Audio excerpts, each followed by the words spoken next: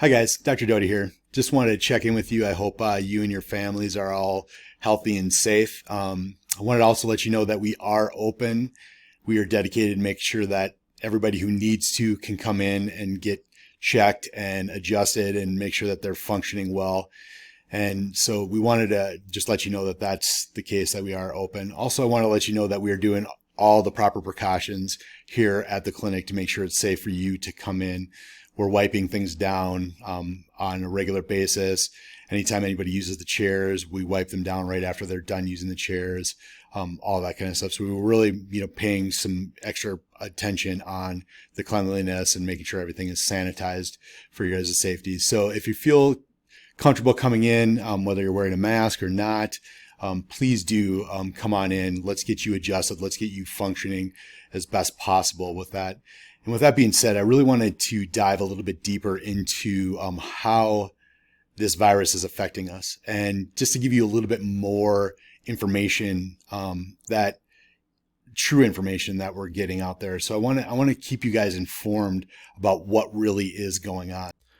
Let me ask you a question. Have you ever been in a situation like at home or at work where you've been around somebody who's has a cold, has been coughing or sneezing? Does everybody get sick? No. Why do some people get sick and others don't? Here's an interesting study out of the New England Journal of Medicine.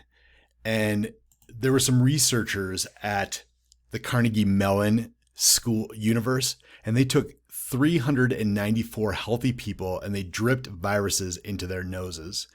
And they also had a control group where they used just saline solution. And here's what they found. Not everybody got sick, even though they dripped these viruses, including a coronavirus, directly into their nasal passage. But what they did find was stress was the biggest indicator of if a person not only caught the cold, but also had symptoms. So it's pretty interesting. You can see that psychological stress makes a big deal. Now, we talk about stress here at the clinic all the time and how chiropractic helps you deal with that stress. So my question for you is, do you want to be a good host or a bad host for this virus? Now, obviously, I hope you want to be a bad host. And how would you do that? Well, my suggestion is have a good immune system. So how would you go about having a good immune system? Well, we know that there are things that we've already talked about that you can do, and things like eating better, taking supplements that have been researched to show that they've actually can help you with viruses, exercise more, handle your stress better, which nowadays is pretty tough, or get adjusted. Those are all things that you can do to create a healthier immune system. Now, the other thing we do know is that stress, pain, and subluxations reduce immune system function. Now, if you're a longtime practice member, I hope you know the answer to this question. Does your nerve system control or influence your body? And what does it influence? The answer is everything, right? Yeah, we know from anatomy and physiology that your nervous system is the master system of your body that controls and coordinates all the other functions.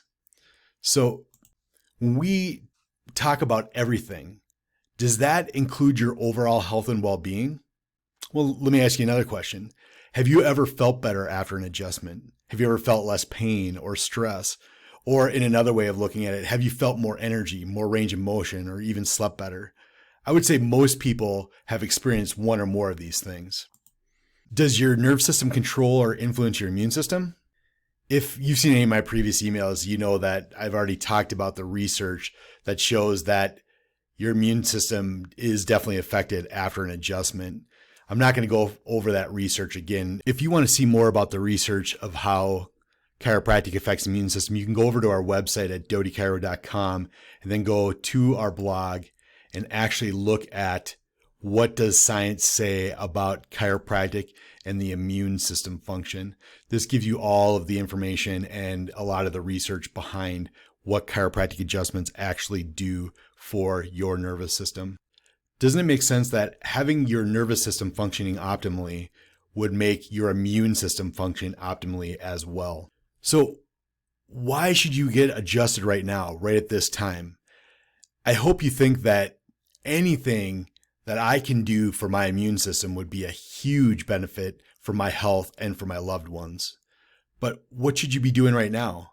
Yeah, like we talked about, all of these things that we should be doing. So more of the good stuff and less of the bad stuff.